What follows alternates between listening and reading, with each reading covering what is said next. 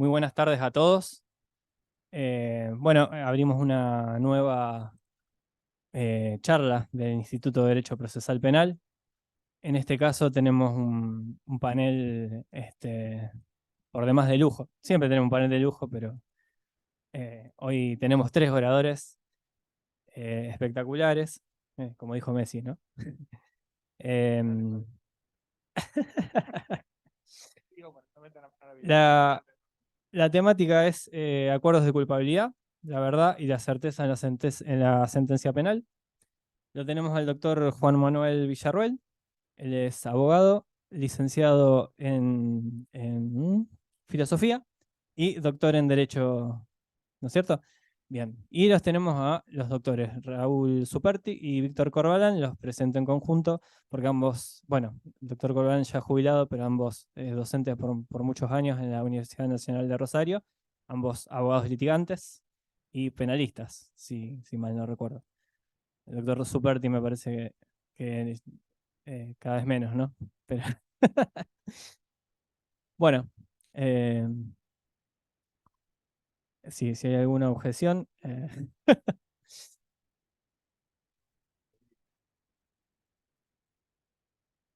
Bien. Bueno, sin más, le doy la palabra a los oradores en el orden que lo hayan establecido. Está bien, vamos a emplear una metodología absolutamente informal, porque no se trata de venir a dar una conferencia o una charla individual, sino de que conversemos entre nosotros, dialoguemos entre nosotros sobre este tema tan apasionante como es el de la verdad, de la certeza, si está o no está presente en la sentencia, si puede estar y cómo no. Realmente el tema es apasionante. Y bueno, haberme invitado para mí es un honor y compartirlo con Juan Manuel, un doble honor. Primero porque siempre lo admiré. Cuando nosotros estudiamos abogacía, él a su vez iba a la Facultad de Humanidades a estudiar filosofía. Entonces era admirable que al mismo tiempo llevara las dos carreras. Y después fue mi profesor porque estaba unos años antes que yo, así que él llegó a ser adjunto de Golmis en filosofía del derecho, nada menos. De manera que tengo por él un profundo respeto y admiración, su saber y además como persona, excelente. Lamentablemente está en el fuero laboral, porque realmente el derecho penal le vendría muy bien un pensador crítico.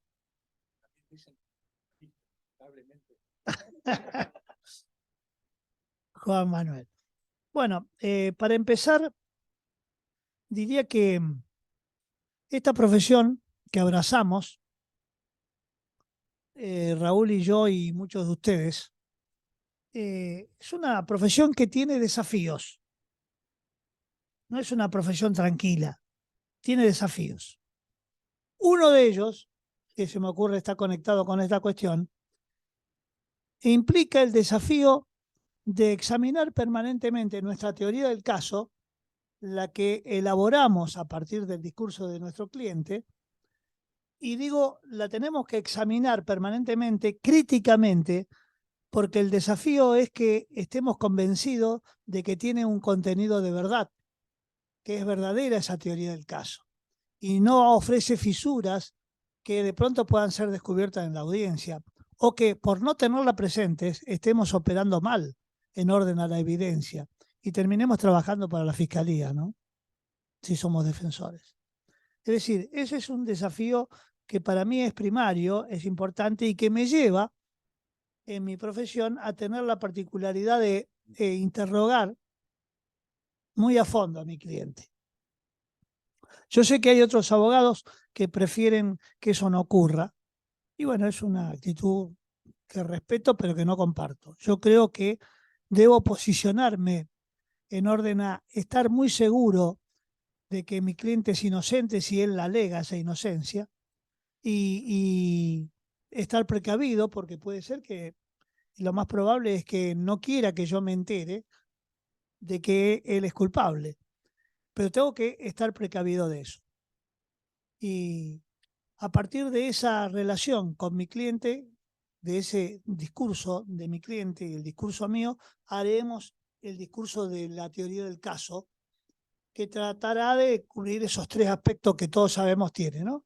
La teoría del caso respecto del relato fáctico, la teoría del caso respecto de la cuestión jurídica en juego, el encuadre jurídico penal de esos hechos, y la teoría del caso en relación a las evidencias que tenemos para poder probar y demostrar y convencer al juez o al fiscal, mejor dicho, primero, de que nosotros tenemos razón, y luego al juez para que dicte una sentencia favorable. Y cuando dije convencer, tiro mi primera cuestión. Como a mí me gusta mucho articular mis análisis con el psicoanálisis y también con la filosofía, y de esto ya en alguna oportunidad acá en esta sala hemos tenido oportunidad de charlar, jugando con las palabras, como de alguna manera hace Lacan, la palabra convencer puede ser desdoblada y dividida, convencer y poner al revés, vencer con. O sea, mi discurso tiene que vencer, o sea, vencer con mi discurso la posición del fiscal para convencerlo, vencer a lo mejor un prejuicio que tiene el fiscal, o vencer el convencimiento que ese fiscal tiene de la validez de su teoría del caso. Y si no, subsidiariamente, si no lo consigo, por lo menos vencer con mi discurso a lo mejor una suerte de prejuicio que puede llegar a tener el juez en la mirada que está haciendo sobre las evidencias que se llevan a la audiencia. Estamos en un sistema adversarial, como todos sabemos, que ha dejado de lado la Inquisición. Sin embargo, la Inquisición no nos abandonó. Nosotros creemos haber superado al sistema inquisitivo porque formalmente tenemos una ley que declara que este sistema es acusatorio, porque estamos convencidos que el acusatorio es el modelo de la Constitución Nacional. Sin embargo, con una mirada crítica de lo que pasa y con una mirada crítica del propio código y sobre todo de lo que ocurre en la audiencia, llegamos a la conclusión de que hay mucha inquisición presente, sobre todo en quienes ejercen el poder, en los jueces, que quieren seguir ocupando la centralidad del sistema, la centralidad en la audiencia, la centralidad en el conflicto, la centralidad del apoderamiento del conflicto. La centralidad se muestra en muchas oportunidades. Señalo dos, pero hay muchas.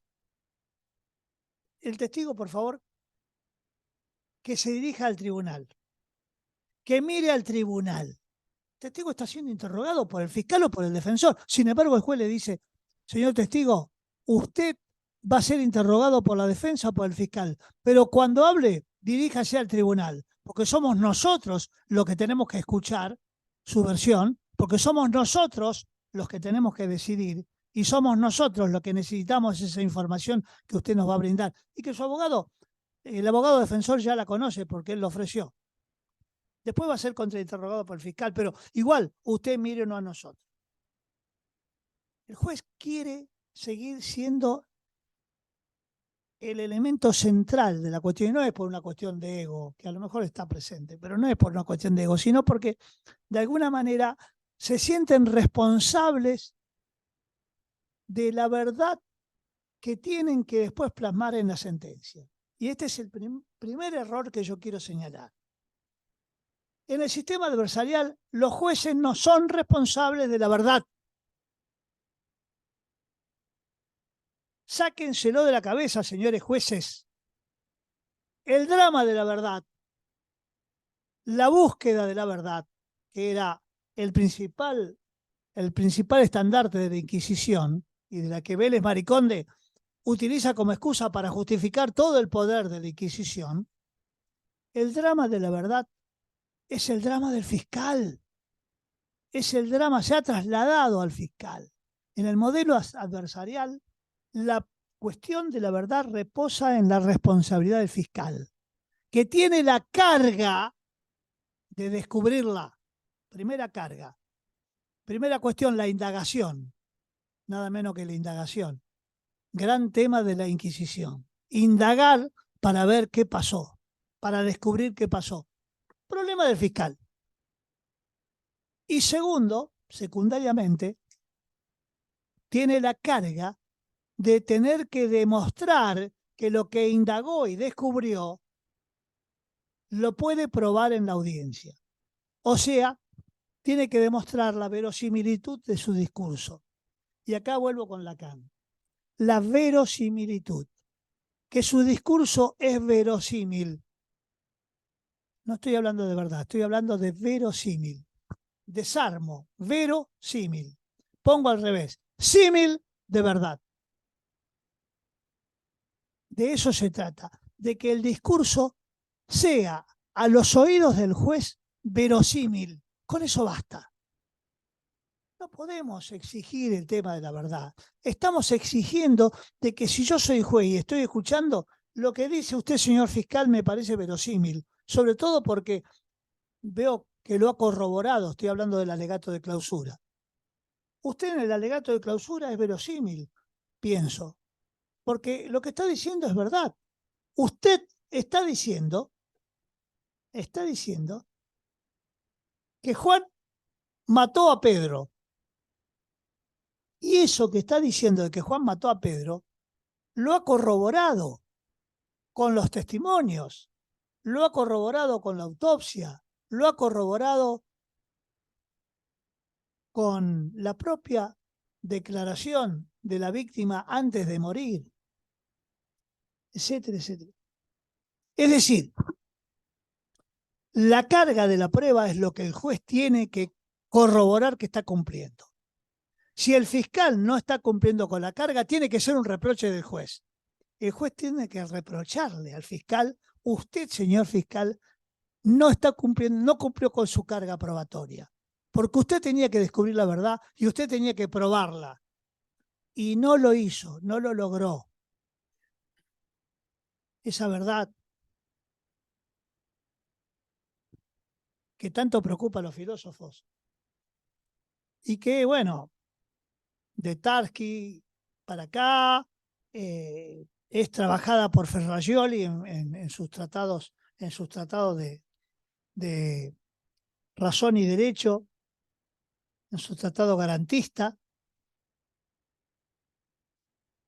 Tiene todavía una funcionalidad vinculada a la Inquisición. Fíjense, yo me animaría a decirlo porque cuando Ferrajoli dice la verdad es lo que permite legitimar la función jurisdiccional. En realidad, la verdad es lo que le permite legitimar al fiscal su acusación. Porque el poder penal está en manos del fiscal ahora. Por eso yo preguntaba antes de empezar, fuera de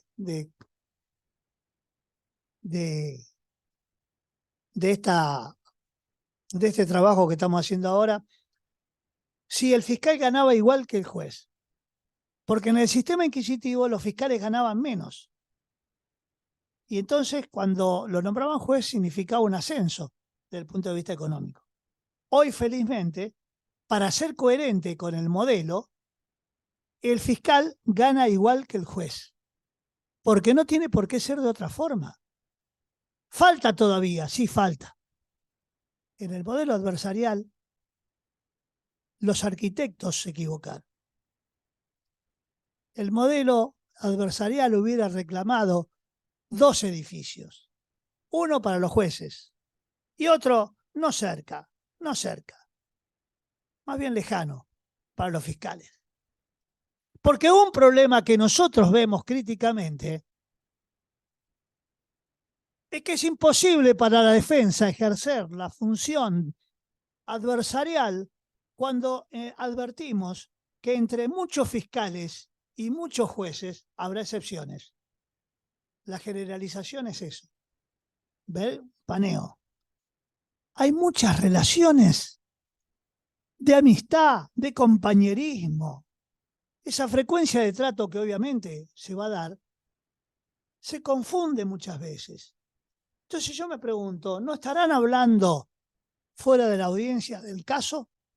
Tengo derecho a preguntármelo, sobre todo cuando abro la puerta de la audiencia y me encuentro con el fiscal y el juez charlando. Desde hacía rato. Todavía no era la hora de la audiencia, pero ya estaban charlando. ¿De qué estaban hablando? ¿Del partido de Central, de Newell, o del caso que dentro de poco iban a tener que estar ahí? ¿Corresponde que el juez hable con el fiscal? No, no corresponde. Éticamente, los fiscales no tendrían que hablar jamás con un juez, pero el juez es el que tiene que impedirlo, salvo que esté presente la otra parte. Yo creo que ahí podríamos salvarlo. Pero si no, los jueces no tienen que hablar con los fiscales, como tampoco tienen que hablar con los defensores. Es distinta la relación que sí debe haber entre el abogado defensor y el fiscal. Ahí tenemos que hablar y mucho más de lo que hablamos. Ahí tenemos que negociar y mucho más de lo que negociamos. Porque ahí somos pares que estamos trabajando en función de un proyecto. Y bueno, ahí está bueno que trabajemos. Pero con el juez que es tercero imparcial y que tendrá que decidir si cumplió con la carga de probar esa verdad que dice haber descubierto, de ninguna manera. Che, yo esperaba que me interrumpieras antes y no sé, sí, estoy muy preocupado. Estoy muy preocupado. Yo me quedé, sí, porque largaste, eran un Fórmula 1, dijimos, bueno, evitemos el accidente. No, la invitación de Juan Manuel tiene el claro sentido de abrir el análisis e incorporar una visión desde la filosofía. Por eso yo creo que la primera pregunta, brevemente, porque si no es, ¿qué es la verdad? Tanto hablamos de verdad. ¿Qué es la verdad, Juan Manuel? Yo ante todo pido disculpas que estoy aquí presente porque al amigo Raúl nos conocemos de hace tantos años y me pidió que viniera disfrazado de filósofo, no de abogado, porque yo de penal no sé nada. Nunca intervine en ninguna causa y por lo tanto hago laboral.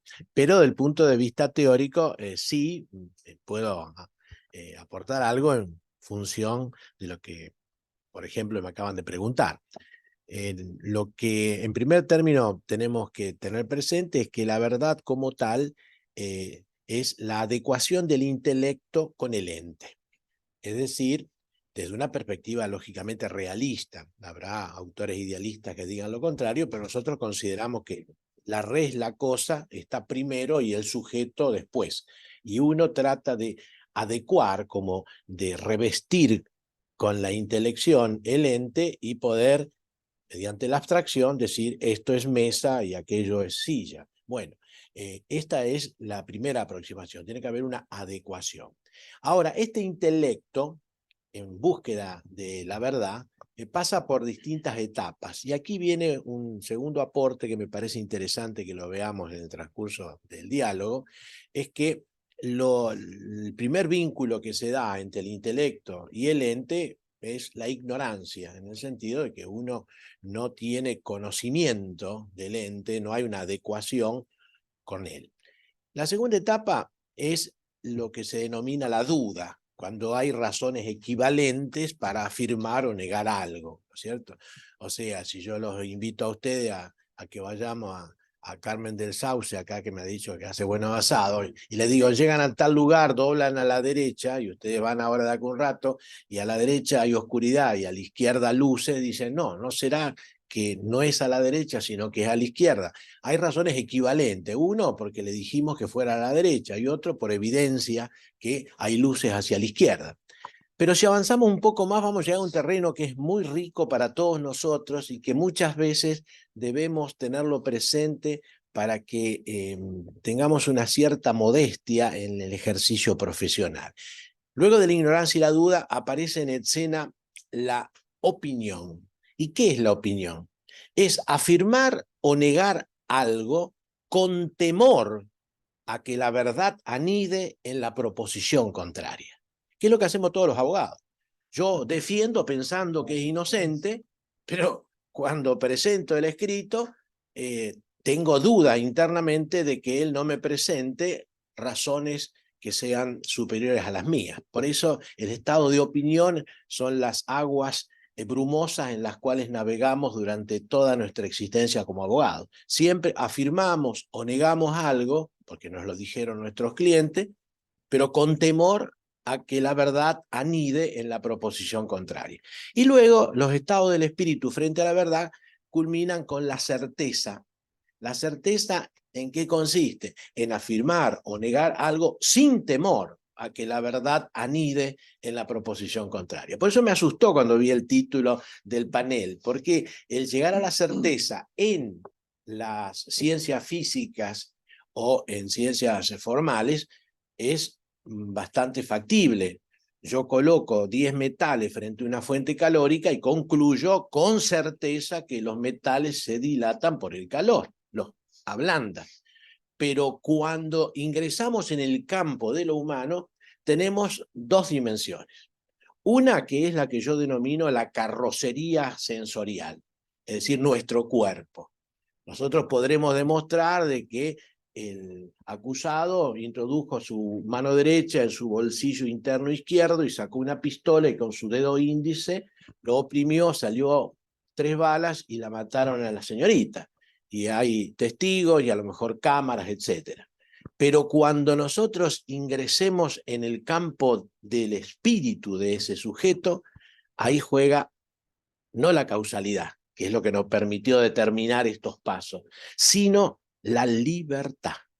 Y en materia de libertad es algo medio como inaprensible. A veces el propio sujeto no sabe por qué hizo eso, por amor, por odio, no se sabe. Y evidentemente es eso el gran interrogante que vamos a tener siempre cuando nosotros emitamos un juicio en materia humana, en materia de ciencias humanas, sociales o de la cultura. Y el ciclo se cierra con una cuestión que suena a veces risueña, con el error. ¿Cuándo hay error? Cuando hay inadecuación del intelecto con el ente. En vez de mesa, yo digo silla, y evidentemente erré el vizcachazo en la captación del ente con mi mente. Pero ustedes saben que el error también se lo puede definir como una ignorancia que se ignora. O sea, yo desconozco los límites de mi conocimiento y afirmo cosas que en realidad no tengo la información suficiente. Bueno, circunscribiendo para esta primera etapa, tener presente eso, que siempre la búsqueda de la verdad es adecuar el intelecto al ente, pero que cuando entramos en el campo de lo humano, hay factores de libertad, de libre albedrío, cuya captación solamente se puede hacer no por verificación empírica, sino por lo que técnicamente se llama método comprensivo. El juez debe colocarse en el lugar, en este caso, del acusado y tratar de comprender por qué actuó de tal o cual modo, más allá de las evidencias en un sentido o en otro. Pero esto se logra solamente por vía de lo que se llama la simpatía, patos, pasión, sin con, o sea, la compasión, tratar de vivir la pasión que impulsó al sujeto a realizar tal o cual acción. Por ahora, suficiente. Ahora te hago una pregunta muy interesante todo lo que vos dijiste, pero vos hablaste un término que a nosotros como abogados penalistas nos preocupa mucho, que es la certeza. Yo te planteo lo siguiente, vos dijiste la certeza es cuando se afirma algo, pero sin temor A la contraria. a que exista Verdad de la verdad proposición contraria. contraria. Perfecto. Imaginemos la hipótesis de funcionamiento de un tribunal, que es un ente único, colegiado. Cuando dos dicen blanco y uno dice negro, ¿podemos hablar de certeza? Es muy bueno eso. No, en general, cuando hubiera una circunstancia fáctica perceptible, ¿no es cierto?, en términos normales, debiera haber estar conteste, ¿no es cierto? Lo que son estas divergencias normalmente son de apreciación, de apreciación. Habría una apreciación predominante y una discordante. Habrá que ver si realmente el juicio de dos es suficiente. No, realmente yo tengo muy en crisis de que cuando hay una minoría que absuelve predomine la voluntad de los dos que condenan. Porque si para condenar se necesita esa certeza, no tener temor a que nos estamos equivocando, ese temor debe desaparecer en los tres. En tanto haya uno solo que esté dudando, se viene abajo la posibilidad de condenar. Porque de ninguna manera podemos aceptar que porque dos son más que uno, dos sean sinónimo de verdad y uno sinónimo de error. Eso es un abuso, como dijo Borges alguna vez, que en definitiva la democracia era un abuso de la estadística. O sea, como que los que ganaron las elecciones tienen la verdad. No. Eso se denomina falacia de extrapolación de lo cuantitativo a lo cualitativo. Porque hay mayoría, se transforma en verdad. Y es verdad, eso no es correcto, no es cierto. Lo que sí, en el juicio de los juicios por jurado, según tengo entendido, Tiene que haber unanimidad. Claro, sí. Cierran, No todos, pero, pero hay La sistemas que tendencia es exigen exigir la unanimidad, la tendencia universal. Bueno, tendríamos que pelear y luchar porque cuando hay un tribunal colegiado, pido el colegiado porque necesito 3 que estén de acuerdo, no 2-1. Porque además la posición de ese uno es cómoda en el sistema actual. Porque dice, total, ¿qué me preocupa en yo no juzgarme por la condena si total va a salir condenado igual porque los otros dos condenan? Es una posición cobarde, cómoda, pero que la pueden llegar a utilizar algunos. Ahora viene lo más interesante del todo porque lo voy a poner contento a mi ex profesor, el doctor Corbalán. Profesor, porque los maestros se siguen siempre. Y pasa lo siguiente. Yo sigo hablando con el filósofo, vos no viniste. Señor filósofo, entonces, y dentro de un sistema de administración de justicia que avanza a partir de la emisión de dictámenes que se llaman sentencias, y en donde todos los integrantes tienen, desde un punto de vista conceptual, la misma jerarquía más allá de la función de resolución inicial o de revisión que les otorga el sistema. Si uno de los integrantes de ese sistema ya afirmó con certeza algo, ¿es posible construir lógicamente certeza en sentido contrario?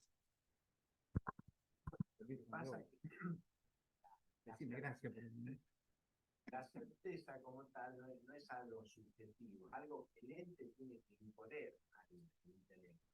Y ahí vamos a una noción que ustedes manejan mucho, pero que en filosofía tiene una noción estricta, que es la evidencia, ¿cierto?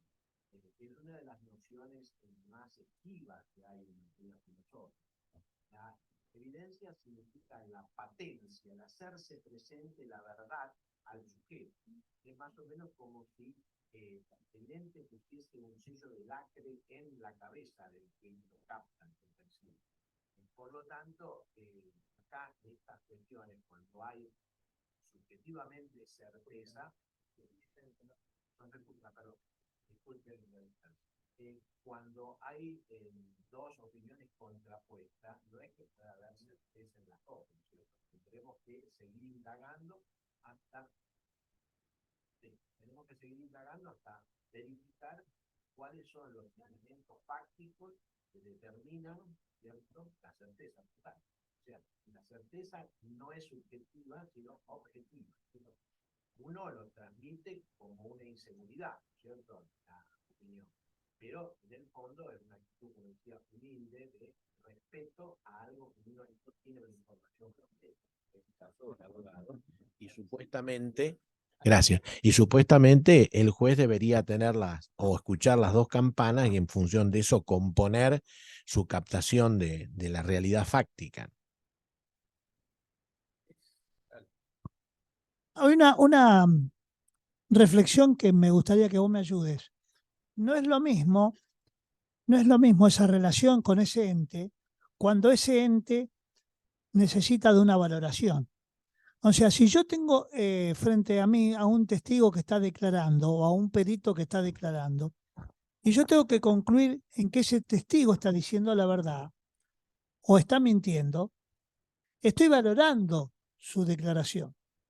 Entonces ya ahí en el terreno de la valoración, lo bello, lo feo, lo lindo, lo malo, lo bueno, lo verdadero, lo falso, Me ocurre lo mismo que me pasa con el arte.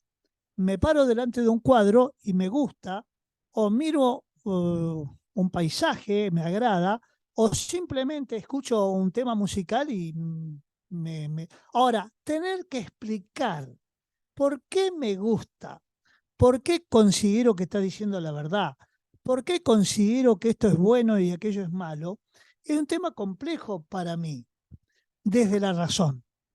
Porque yo creo que ese contacto con el ente, cuando ese ente es un ente que exige valoración, es un contacto intuitivo, ya no racional.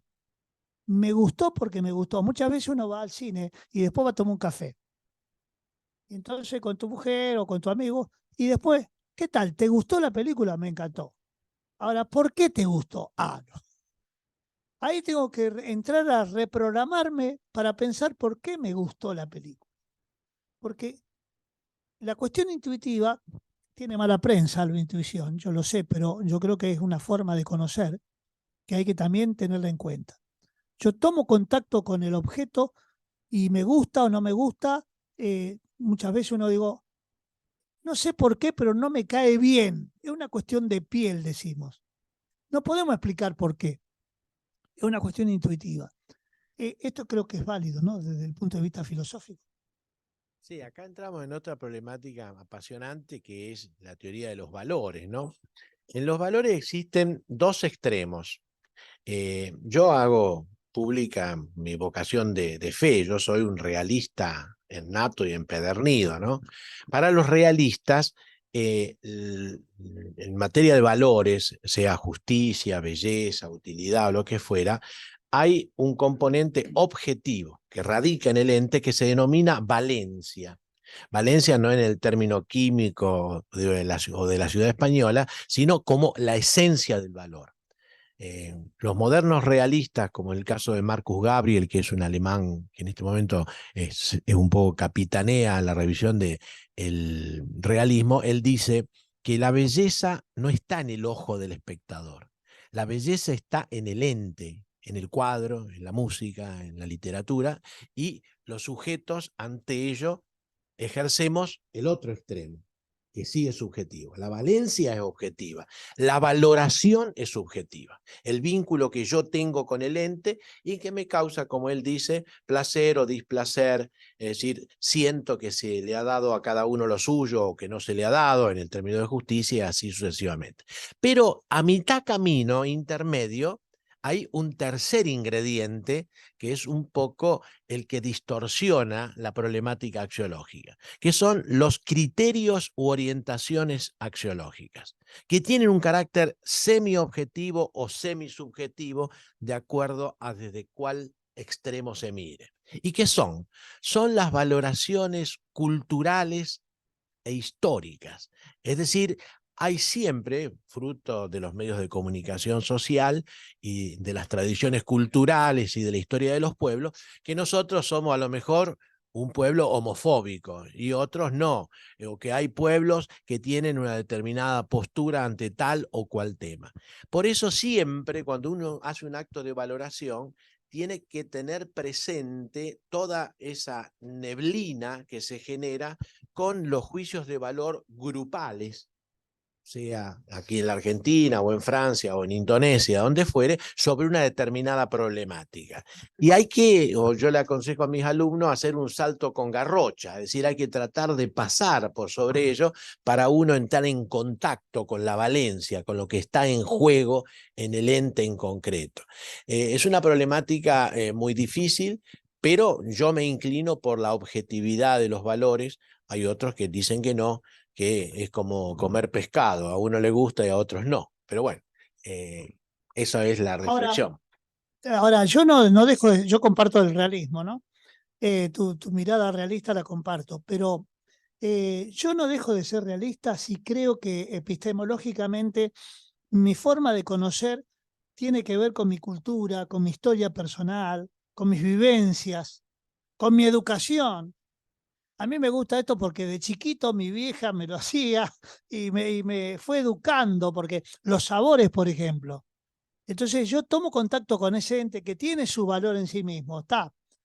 Pero no es lo mismo el contacto que yo tomo con ese ente si yo he tenido un proceso de aprendizaje de ese valor que está presente en el ente, a si yo aparezco hoy de golpe y tomo contacto con él. A lo mejor me produce una repulsa que no la tendría si yo hubiera ido aproximándome de a poco. O sea que habría una forma de educación para el conocimiento de los valores. Exactamente. Eso que dice él es muy cierto. Cuando uno analiza lo que es la estructura de la valoración, hay dos elementos fundamentales. En primer lugar, como él manifiesta, la formación intelectual que uno tiene en la captación de esas valencias que andan, llamémosle así, en el mundo.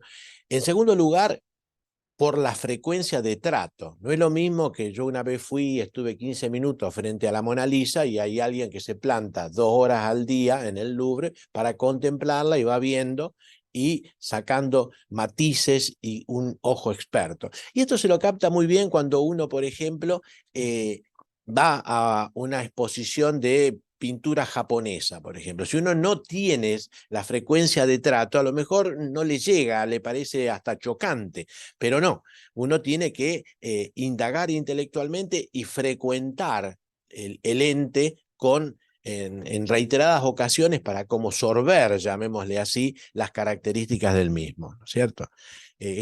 Coincido contigo, ¿no es cierto? Por eso es que los docentes, en la tarea de evaluar al alumno, el camino válido es conocerlo mucho al alumno. No, dice, yo no puedo ser objetivo. Es que no, es que esto es una cuestión subjetiva, la del conocimiento. El objetivo está en que este alumno tenga un valor que hay que reconocerlo. Pero mi conocimiento, mi forma de llegar a eso, va a ser mucho más eficaz si yo lo conozco mucho. Si yo estoy mucho tiempo con esa persona, mientras más te conozco, mejor te puedo valorar. Esa es la idea. ¿Eh? Y en algunas metodologías de la enseñanza, que felizmente la desterramos cuando algo aprendimos en la católica con la gente de, de la carrera de ciencia de la educación, fue eso, ¿no? De que el conocimiento es subjetivo, pero bueno, lo que importa es aprender todo lo que más podamos del ente, ese que tenemos que conocer. Bueno, en la audiencia es muy limitada las posibilidades que tiene un juez de conocer eh, ese discurso de ese testigo que a lo mejor define el caso. Tiene una limitación muy importante. Por eso es que está en las partes tratar de utilizar ese poco tiempo eficazmente y con la pregunta correcta, de entrada, no andar dando vueltas.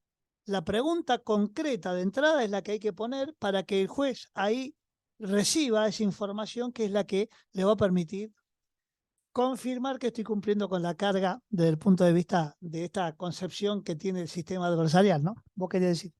Claro, yo me quedé un poquito en lo anterior, tratando de verlo desde la óptica procesal penal, y vos hablaste y distinguiste lo que es la duda de la opinión de la certeza.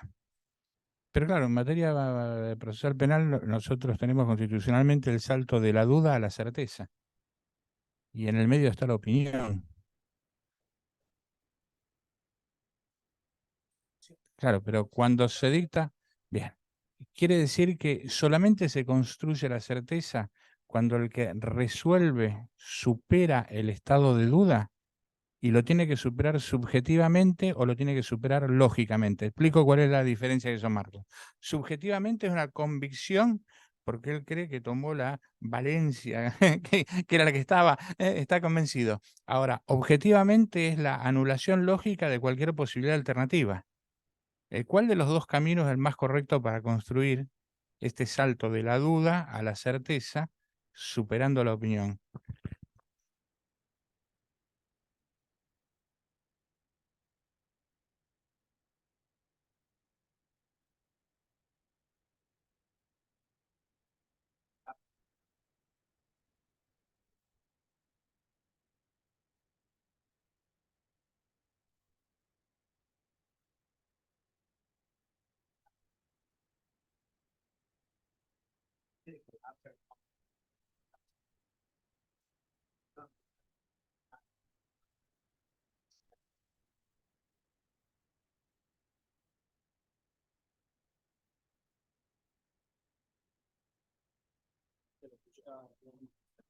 Bueno. Entonces, sería así, algo como convicción, ¿no es cierto?, más verificación empírica, porque esto es fundamental en toda la disciplina jurídica. La prueba como tal es el elemento que torna algo pretérito presente, que es el gran drama que tenemos todos los curiales, y sobre todo los que ejercen la magistratura. O sea, un hecho pretérito que hay que revivirlo, representarlo, para poder hacer un juicio de valor, en este caso de inocencia o culpabilidad. Pero de cualquier forma, hay una cuestión que me deja preocupado, y es el tema de la posibilidad de admitir la certeza. Que yo, Popper, por ejemplo, tiene alguna influencia sobre mi pensamiento, en el sentido de que me ha convencido alguna vez de que es mentira la verdad. O sea, todo esto que alguna vez se sostuvo de que era verdad tal cosa, en un momento dado, la ciencia, estamos hablando de las ciencias duras a las que vos antes te referías, dijo, no, esto no fue así, y ahora se descubrió que es de otra forma. Quiere decir que lo que antes se pensaba que era verdad, en un momento dado la investigación lo corrió. Entonces no hay que tener tanta seguridad de que estamos sobre la certeza. Y me gusta entonces introducirme en un terreno que el derecho trabaja mucho, y en filosofía del derecho con Colmin se trabajó en su momento, que es el terreno de las ficciones, y que la filosofía crítica las exige, sobre todo a las ficciones fundantes del sistema. Esto de que el derecho se presume conocido, una ficción. Esto de que, bueno, somos todos iguales ante la ley, otra ficción. La ficción de la persona jurídica, hay muchas ficciones. Otra ficción. Claro. ¿Qué te parece? Terrible. Cuando conocemos tantos jueces que tenemos que decirlo en latín para que no... Con respeto. Con respeto, sí. Digamos, podríamos decir que lo que ocurre en el sistema procesal penal, en el sistema procesal en general, es que la sentencia construye otra ficción. Así como la Constitución primero me plantea como garantía la ficción de inocencia, que llaman todos estado de inocencia o presunción de inocencia, y que vamos a llamarle ficción. O sea, vamos a hacer como que esta persona es inocente para darle un tratamiento adecuado hasta que no haya una sentencia condenatoria que quede firme. Pero eso no quiere decir que el fiscal no entienda que es culpable, y por eso la acusa, porque si es inocente no lo podría acusar. Entonces, el imputado no es inocente. El imputado goza de esa ficción que le da ciertas garantías. La incoercibilidad de su discurso, el derecho a ser oído, bla, bla, bla. Todas las garantías son consecuencia de esa ficción. Ahora, cuando sobreviene la sentencia, con esa certeza que el juez dice, la tengo, certeza de que en el acusatorio, certeza de que el fiscal cumplió con la carga y logró demostrar que la indagación que hizo es la verdad. O sea, el hecho ocurrió, es delito y lo cometió fulano de tal. Yo ahí veo otra ficción. Ahí pasa a ser culpable, pero ficcionalmente culpable. Porque el sistema mismo prevé la posibilidad de la revisión. Mañana, esto que hoy es la condena de esta persona, mañana un tribunal puede decir, reviso y demuestro que es inocente. O sea, que nadie puede asegurar que esto sea un absoluto. ¿Qué opina de todo esto? No, tal cual. Yo les dije de que nos parezca algo a veces chocante, pero nosotros vivimos en estado de opinión, nunca vamos a llegar a la certeza, nunca. Son ficciones, como tú bien dices, ¿no es cierto? Y sobre todo hay ciertos recursos que se utilizan mucho, que ustedes los habrán estudiado seguramente, que los analizó muy bien Austin, que son palabras y acciones. O sea, hay palabras que se transforman en acciones. Desde ya os declaro marido y mujer, y los sujetos pasan de soltero a casado. Evidentemente es también una ficción donde yo, por pronunciar determinadas palabras dentro de un rito consensuado, produzco un efecto en la realidad. Es eso todo lo que se hace en materia de sentencia. Se le inviste al juez de esa posibilidad que con su palabra transforme la realidad. Este sujeto que estaba vivito y coleando por las calles, ahora pasa a ser un culpable condenado, marche preso. Eso es una palabra, la sentencia, que condena y que es lo que se llama un realizativo, realiza un cambio en la realidad. Son todas convenciones que tienen las distintas comunidades históricas para un poco justificar la vindicta pública, que es el gran avance de la humanidad, ¿no es cierto? Hoy en día el Estado, su soberanía y todo está carcomiéndose, pero roguemos que no se vuelvan, no justicia por mano propia, porque sería volver a la caverna, pero justicia a manos de agrupaciones privadas que ejerzan el poder por vía de poderío económico o poderío de otra índole. Entonces, el sistema se salvaguarda en función de eso, en mantener la vindicta pública como una bandera de avance en el conflicto social. Eso es una cuestión que ustedes lo deben tener más sabido que yo.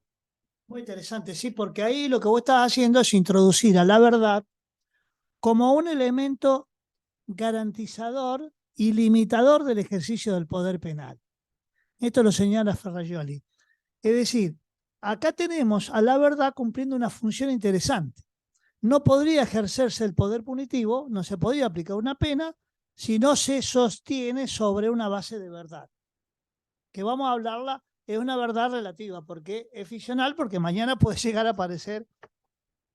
Claro, no es filosófica, es una verdad jurídica o como le quieras llamar. Pero en definitiva, yo quiero agregar otra cosita porque la dije, pero medio quedó ahí y me interesa remarcarla para conocer tu opinión. Porque en esto de conocer, nos estamos olvidando de algo que me pareció muy importante. Es decir, en esto de la relación entre mi intelecto y el ente, juega un papel preponderante para mí el lenguaje. Fundamental. Y a veces obstaculiza. A veces obstaculiza esa relación, ese conocimiento. Y el lenguaje, para mí, es la esencia de todo. Por eso es que cuando repasamos las definiciones, los conceptos, las naturalezas de lo que es un proceso, yo termino, después de más de 40 años dedicado a esto, pensando que en realidad se trata de un lugar de producción discursiva. Nada más. Nada más. Hay alguien que con ese discurso trata de convencer, hay otro que trata de convencer, pero son discursos, son palabras. Es más, el discurso también es la foto. El discurso también es el revólver o el cuchillo que se secuestró o el cadáver que se sometió a autopsia. Es un discurso. Entonces, la teoría del discurso viene a complementar esta posibilidad de conocer. ¿Qué te parece? Exacto, ya desde el viejo Saussure que decía que el pensamiento se atrapa en la palabra, o sea que nosotros no tenemos un pensamiento abstracto así que necesitamos captarlo a través de la verbalización o la escritura, ¿no es cierto? Eso es indudable. Y como tú bien dices, a veces el lenguaje facilita sobre todo la comunicación porque recurrimos, ¿no es cierto?, a modos, a términos compartidos, pero muchas veces el lenguaje también obstaculiza porque se torna excesivo en relación a la simpleza del ente en bruto, llamémosle, ¿no es cierto? Es decir, hay toda una serie de retórica, ¿no es cierto?, que lleva a que se lo empaquete en palabras bellas cuando se debiera decir a lo mejor una o dos palabras que permitan la captación directa de lo que está en juego, ¿no? Pero somos realmente esclavos del lenguaje. Y en la teoría de la argumentación. Sí.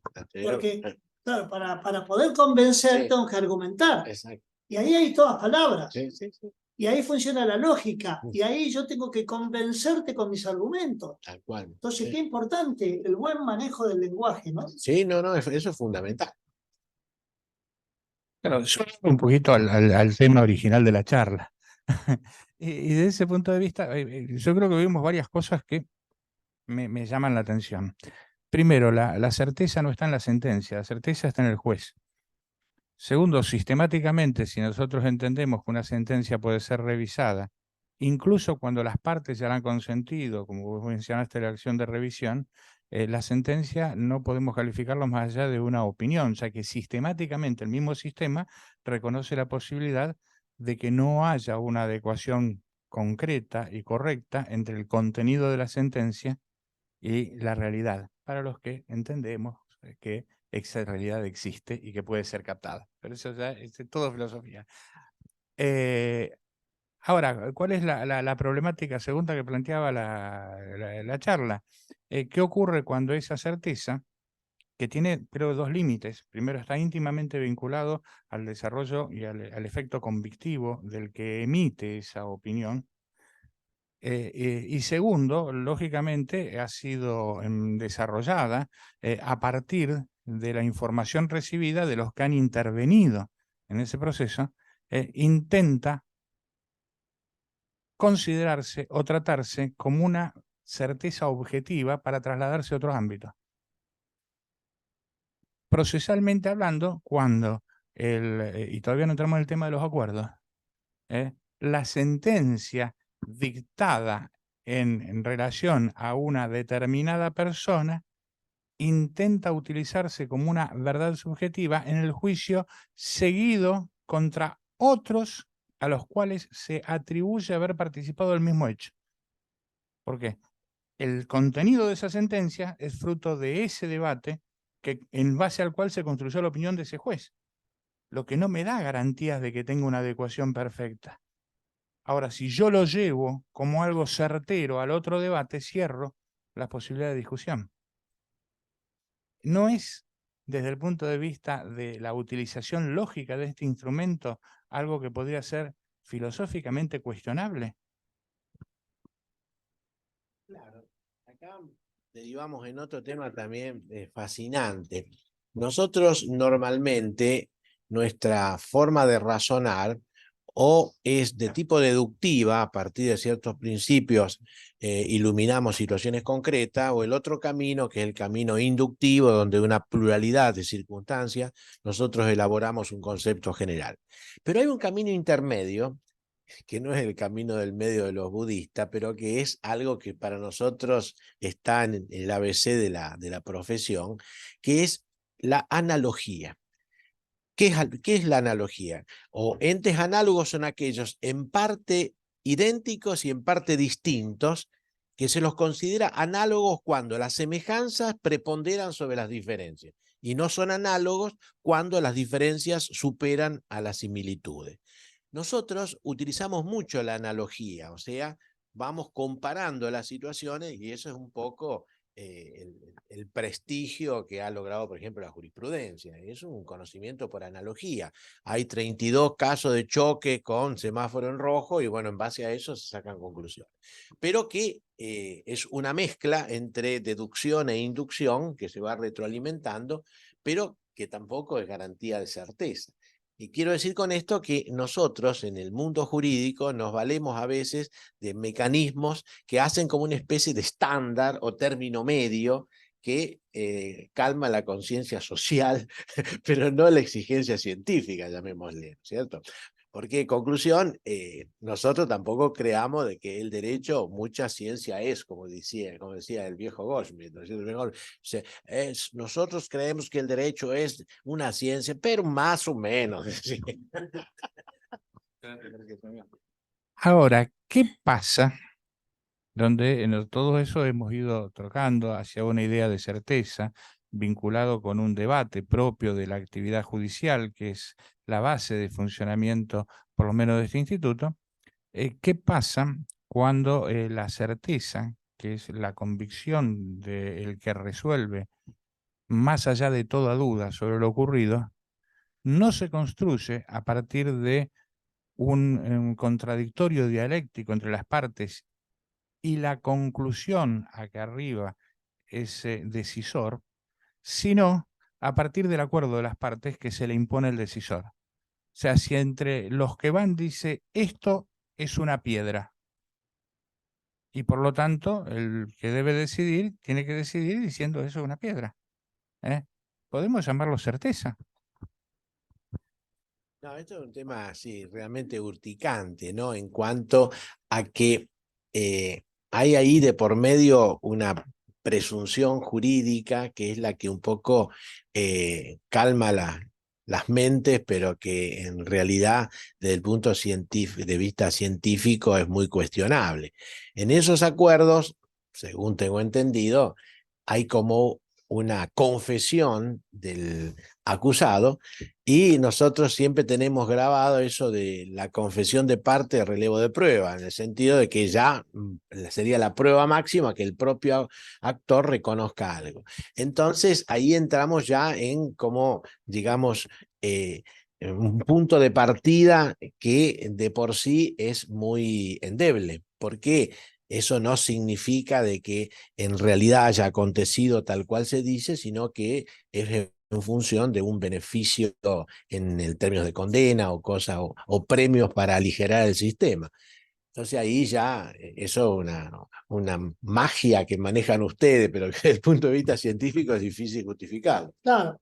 Lo que sucede es que hay otra manera de mirar el acuerdo y hay otra manera de mirar la actividad del juez. Si nosotros seguimos pensando en que el juez, cuando ejerce la jurisdicción y resuelve el conflicto, es el mismo juez que cuando tiene enfrente a un abreviado, a un acuerdo de parte, nos estamos equivocando. Los jueces no solamente tienen la función jurisdiccional de resolver conflictos. Esa es una función perfectamente adjudicada, perfectamente clara, tiene que ser tercero, etcétera, etcétera. Y esa es una función donde su palabra da por fin a un conflicto discursivo, donde alguien decía que era culpable y el otro decía que era inocente. Viene frente al conflicto a terminarlo, por lo menos hasta ahí, el juez, con su resolución. Pero cuando ese conflicto desaparece antes de que intervenga el juez, porque la teoría del caso del actor coincide con la teoría del caso del defensor, los dos están de acuerdo que el hecho existió, los dos están de acuerdo que él lo cometió y los dos están de acuerdo que esto es una estafa y los dos están de acuerdo que la pena que merece son 6 meses de prisión condicional. Ah, bueno. Ahí no hay más actividad jurisdiccional. Si por jurisdicción se entiende la resolución del conflicto aplicando el derecho, jurisdicción de aquella época de los romanos. No, acá hay otra actividad, como tantas otras que tienen los jueces.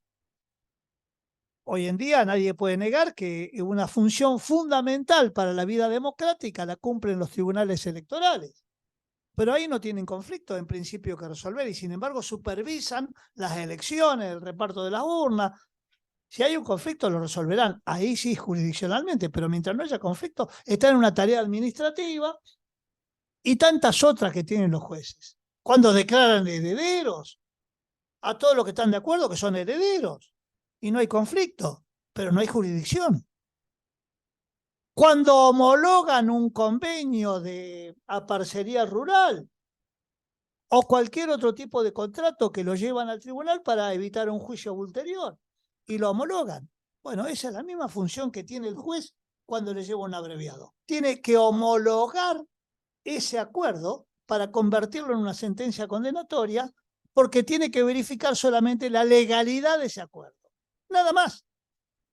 No se puede meter a indagar, porque si se mete a indagar, desaparece la función y desaparece el sistema.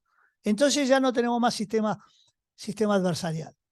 El tema es que hay que meterse en la cabeza y partir de la base que el poder penal lo tiene el Ministerio Público de la Acusación. Por eso hay que sacarlo de ese edificio, hay que sacarlo del Poder Judicial. Eso es fundamental. ¿Cómo va a estar dentro del Poder Judicial aquel que acusa, que tiene la responsabilidad de ejercer el poder penal? Montesquieu no lo pensó ahí, Montesquieu lo pensó en el ámbito del Poder Ejecutivo.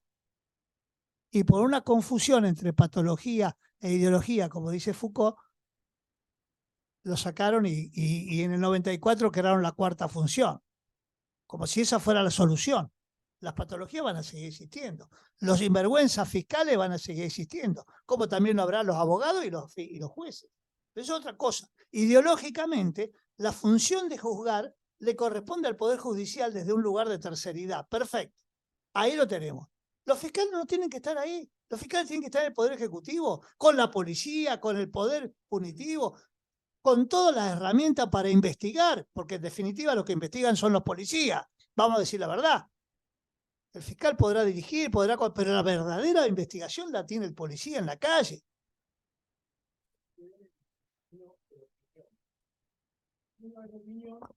Sí, espérate. Quería terminar eso. No, pero vos querés volver para atrás. Quiero hacerte una pregunta de lo que está diciendo que no comparto. No, así me explicás. Cuando cerrás me explicás. Digo que desde el camino de la opinión, si fuera tan así de que el juez no tiene ninguna posibilidad del acuerdo que hizo desaparecer ese conflicto inicial al que el juez era llamado a resolver, puede ser que en un defensor débil, en un defensor que los hay, no generalizo, pero algunos los hay, estén llevando a una condena a una persona donde el juez dice, señores, mire, el fiscal es fuerte y tiene su posición, pero esto fácticamente no es delito. Y lo prevé el mismo 343. Desde ese plano te quería preguntar, ya que venías con esto, para saber cómo lo ves. Perdón porque no sabía que te estaba interrumpiendo.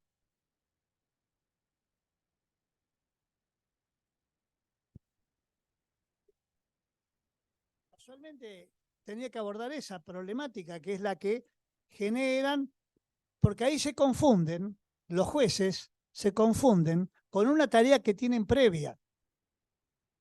La tarea que tienen previa es controlar, y eso no es jurisdiccional, fíjate, es controlar que la defensa se ejerza eficazmente, que el imputado tenga garantías de un defensor a su lado.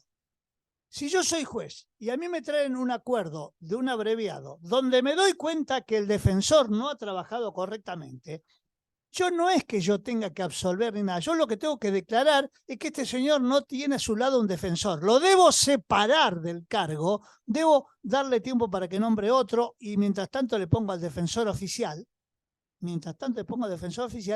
Y una vez que tengo un nuevo defensor, que se examine eso que me trajeron para firmar, porque yo a esto no lo voy a aprobar. Porque uno de los presupuestos de un abreviado es que lo haya cumplido un imputado que tenga eficazmente ejercida la defensa. Lo que no puede hacer el juez es suplir al defensor, ocupar su lugar y decir, yo lo voy a defender, quédese tranquilo, ¿para qué vamos a andar perdiendo tiempo? Yo lo voy a defender. Entonces esto, como usted no tuvo un abogado que mereciera el carácter de defensor, yo lo hago. Esto no es delito. ¿Por qué? Porque lo digo yo, que soy un ser superior que mira por encima de cualquier otro, y entonces mis condiciones superiores, estos no son conscientes los que lo hacen, pero es así, porque es así desde la Inquisición. Esa superioridad que la Inquisición le dio y que en el Código Procesal Penal está permitido, ahí cuando dice el juez deberá absolver. No, el juez no tiene que admitir un abreviado cuando no están reunidos los presupuestos de legalidad de ese abreviado, que no se reducen a ver si el hecho es delito, sino si hay un fiscal constituido correctamente, que no ha sido coimeado, si hay un defensor que ha cumplido con su función mirando críticamente la prueba, si hay elementos de evidencia que convalidan eso y eso lo llevó a la abreviado y listo, nada más. Me parece que ese es el camino y no el que estamos haciendo donde suplimos la tarea del fiscal, del defensor. No sé si fui claro ahora. Es una posición, es una opinión, obviamente. Claro, un tema muy difícil porque yo creo que partimos de la base de tener una visión realista de los valores y del tema de la justicia que debe tener toda decisión, más allá del marco en el que se tome, si es un marco de un debate o conflicto subsistente al momento de resolver, o como producto de un acuerdo entre las partes. Y claro, yo creo que acá lo que está más en juego no es el valor justicia, sino el efecto garantizador que tiene el juicio frente al Estado. Es decir, el juicio no existe para que se haga justicia, sino el juicio existe para ponerle un límite racional y razonable al ejercicio del poder punitivo estatal. Cuando se trata de resolver, y ahí es el gran problema que yo advierto, es que ante cualquier situación en donde el magistrado convocado a homologar vea como incorrespondiente, groseramente, con lo que a su entender debe ser la resolución adecuada del conflicto, hay dos posibilidades, bien lo dijo Víctor. Primera, asumir cualquiera de los roles, o segunda, desde esa posición crítica, negar la admisibilidad y eventualmente solicitar que intervengan dentro del Ministerio Público de la acusación, yo creo que sin dar mayores explicaciones, que intervengan en la revisión de este acuerdo el superior jerárquico del fiscal, y que se le dé intervención al Servicio Público de Defensa para que lo revisen. Sin decirle cómo. Sin decir de qué. Mire, esto no está, revísenlo. Ahora, si hay una insistencia y los que lo revisan están todos de acuerdo, lógicamente que quiere decir que esa, entre comillas, duda que tuvo el juez debe considerarla correctamente salvada.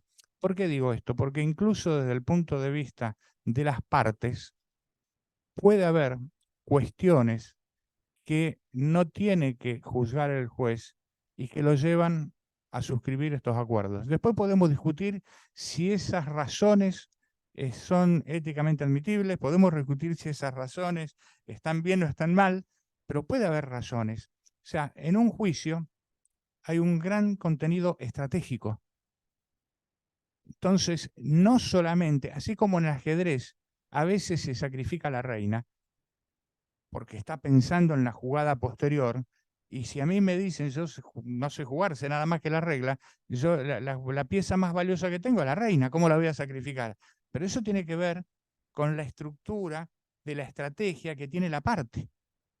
Y esa explicación no tienen por qué dársela al juez. El MPA tiene una superioridad jerárquica. Entonces le expliqué, ¿por qué firma este abreviado con esta calificación? Porque cuando lo vean, no, yo tengo un motivo. Entonces que se lo explique. Se me murieron los dos testigos para probar la calificante. Entonces tengo la duda de que cuando voy al juicio no lo voy a poder probar y eso me debilite y termine siendo esto una absolución. Entonces yo creo que es lo máximo que puedo conseguir. Muy bien, explicárselo a tu superior. Para eso tiene una estructura y después será problema del MPA. En el parte de la defensa, que venga el Servicio Público de Defensa y diga, doctor, aunque usted sea un particular, nos ha llamado a intervenir el juez, explíqueme qué es lo que ha hecho. ¿Por qué? Porque yo creo que la defensa eficaz, si bien la Corte se la da, que la tienen que preservar los jueces, yo creo que una cosa es que un juez advierta una posibilidad de defensa ineficaz, pero nunca va a estar en condiciones de evaluar si existe o no, porque para eso tenés que ser defensor. Y tenés que tener conocimiento de dichos, conocimiento de hechos, de circunstancias, que solo el defensor tiene y que el juez no está en condiciones de recabar ni de exigir. No le puede pedir explicaciones él. Ahora, como la defensa eficaz en el caso de la provincia de Santa Fe está expresamente en la ley, y como se puede sacar la misma conclusión a partir del texto constitucional federal, porque es darle contenido concreto a una norma que ya existe, yo creo que frente a esa situación de duda, lo que sí puede pedir el juez que revisen lo que están haciendo los que están en este acuerdo. Hay veces que hay acuerdos que ya la misma ley dice que deben venir confrontados o corroborados por el superior jerárquico. Bien, creo que en esos casos, ahí va Gallego porque tenemos que llevar el micrófono para que pueda hablar. Creo que en esos casos, aunque vengan corroborados, tiene que ir lo mismo, porque la intervención tiene que ver con la existencia de una duda actual del que tiene que resolver. Entonces hay que revisarlo de vuelta. Es como cuando vos vas al médico y lo vuelves a revisar. ¿Qué es lo que vio el juez? No sé lo que vio el juez. Pero acá hay algo que no le cierra, veámoslo. No, bien, lo vimos, estamos todos de acuerdo, estamos todos igual. Y bueno, más que ahí no puede llegar el juez. Yo puedo negarme mi homologación, pero no puedo construir un acuerdo nuevo, porque el acuerdo es de las partes y no del juez. Pero es una situación muy crítica, muy fea para cualquier juez. Y si hay algo concreto, el código trae una solución normativa. El código trae, en algunos casos, una solución normativa que es la absolución, o la disminución de pena o el cambio de calificación. Responde a la Inquisición. O sea, el código ahí adoptó un exceso de poder otorgado al juez. Convengamos. El caso Ruiz, fallado por la Corte Suprema de Justicia de Santa Fe, es una demostración de lo que ocurre a veces cuando los jueces exceden su poder. La jueza absuelve a partir de un abreviado donde habían acordado fiscal y defensor que había tenencia ilegal de armas. Empieza la audiencia y la jueza le dice al fiscal, señor fiscal, antes de la audiencia, por favor, deme el legajo. El fiscal le dijo, no, no tengo por qué darle el legajo. Ah, ¿no me da el legajo o no? Señor defensor, sí, yo tengo una fotocopia, con fotocopias simples, que el defensor le hizo llegar a la jueza suspendió la audiencia, siguió al día siguiente y absolvió. Porque dijo que no estaba aprobado suficientemente la aptitud del arma para disparar, bla, bla, bla, bla, por lo tanto no se podía hacer un acuerdo de condena de tenencia de arma de guerra. Un disparate total. Si el imputado dijo, acepto ser condenado porque yo tenía un arma ilegalmente, si el defensor lo asesoró convenientemente, si estamos de acuerdo con la condena, qué sé yo, ¿de dónde el juez? Pero la jueza se metió a mirar la investigación, que como no hay sumario, hay un legajo informal y no tiene por qué un fiscal correctamente se lo negó. El defensor, contradiciéndose, porque el defensor había firmado el abreviado, se contradice, le dice, acá tiene. Y después que apeló el fiscal, obviamente, por eso llegó a la corte, llegó a la Cámara y llegó a la corte, el defensor dijo, no, realmente después mirándolo bien y pensándolo bien, tiene razón la jueza. No, le convenía la resolución y entonces aceptó. Pero eso no estaba presente al momento de la firma del abreviado. Entonces, los jueces, cuando son inquisitivos, cuando asumen poderes, bueno, a nosotros nos acaba de pasar en una audiencia el otro día. El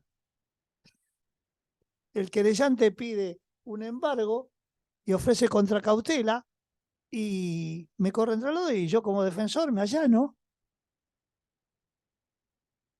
Y la jueza dijo no al lugar al embargo. No es necesario. O sea, uno queda pintado ahí, porque, no sé, mi cliente me miraba y me decía, yo me voy a hacer defender por ella.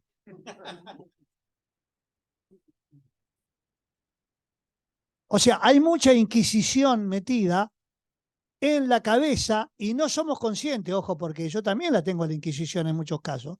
Nosotros tenemos que, claro, para esto Zaffaroni dijo alguna vez, los jueces tendrían que ir a psicoanálisis, por lo menos una terapia grupal, aunque sea, por lo menos una vez por mes. Si uno no se conoce a sí mismo, que es el tema de la otra verdad de la que no hablamos, que es la verdad del inconsciente, si uno no se conoce bien, suficientemente a sí mismo, lo que sí lo logra con las terapias psicoanalíticas, mal puede mirarse críticamente en lo que está haciendo. ¿Cómo mira uno, cómo se retroalimenta y dice, bueno, ¿qué hice hoy? Hice tal cosa. ¿Está bien lo que hice? ¿Es correcto lo que hice?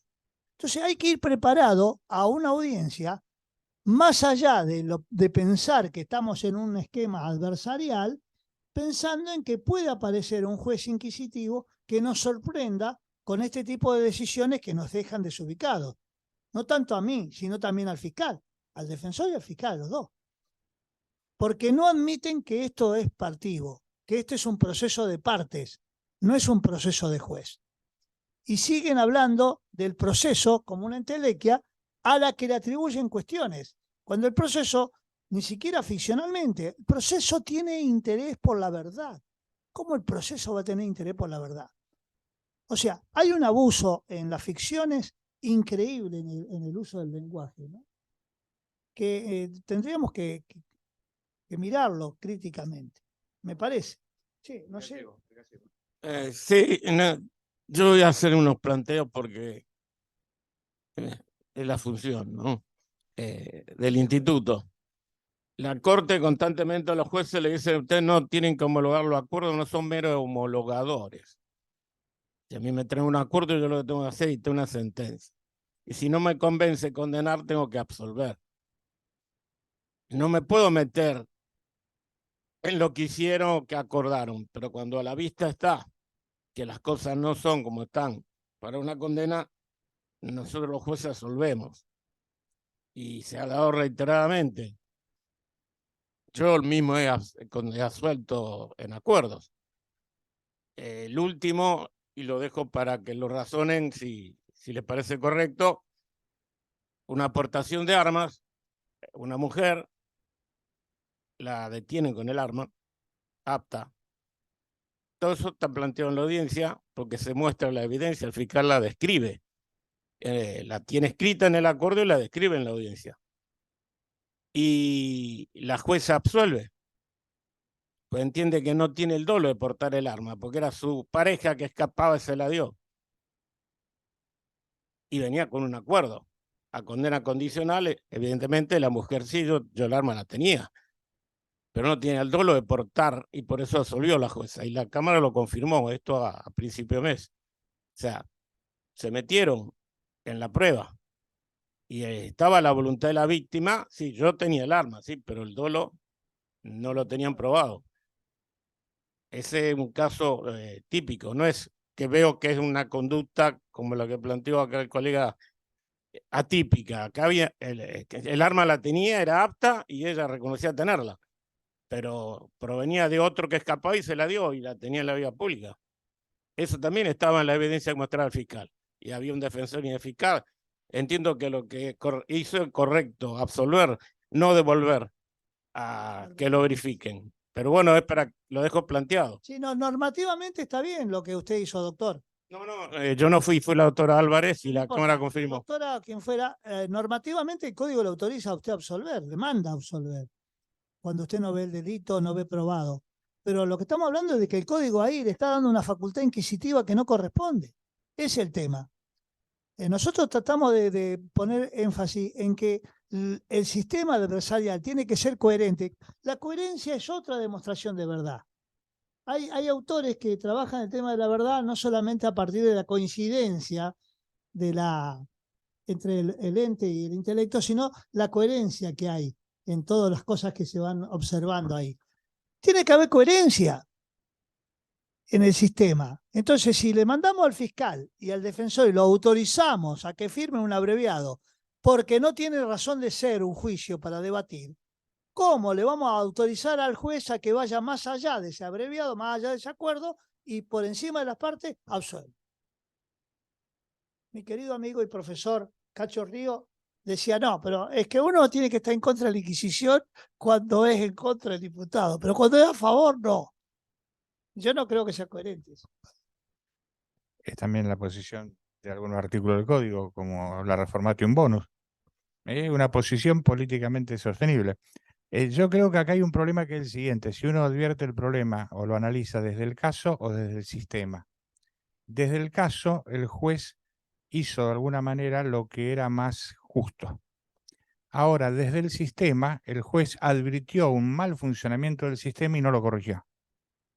Porque él lo que advirtió es que hay un defensor que firmó un abreviado o patrocinó o asesoró un abreviado que no debía ser asesorado, que había motivos para no asesorarlo.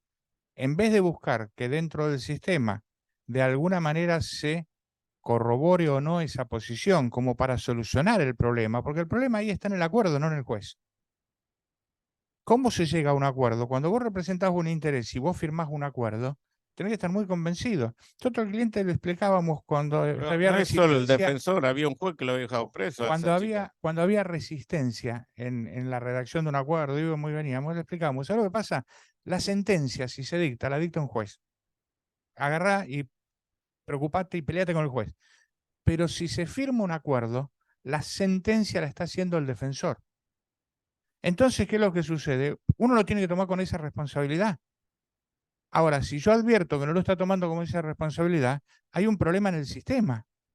Tengo un tema de posible indefensión, si es en contra del imputado, o posible mal funcionamiento del Ministerio Público Fiscal, si lo advierto del otro punto, donde también ha habido casos acá que la Corte terminó confirmando, donde negaron la homologación.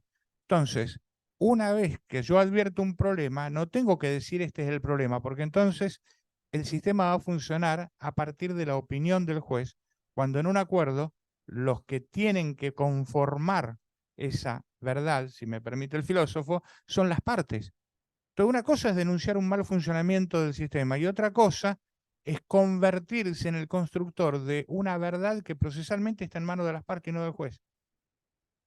Yo creo que llamando la atención y pidiendo que intervengan los que son responsables de esas áreas, se tiende a que se modifique o se tiende a que se mejore el sistema.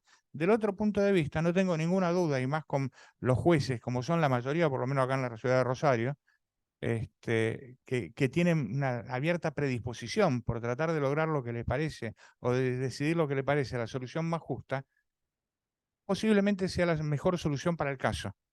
Pero sistémicamente no se resuelve el problema. Se advierte, pero no se resuelve ni se expone el problema.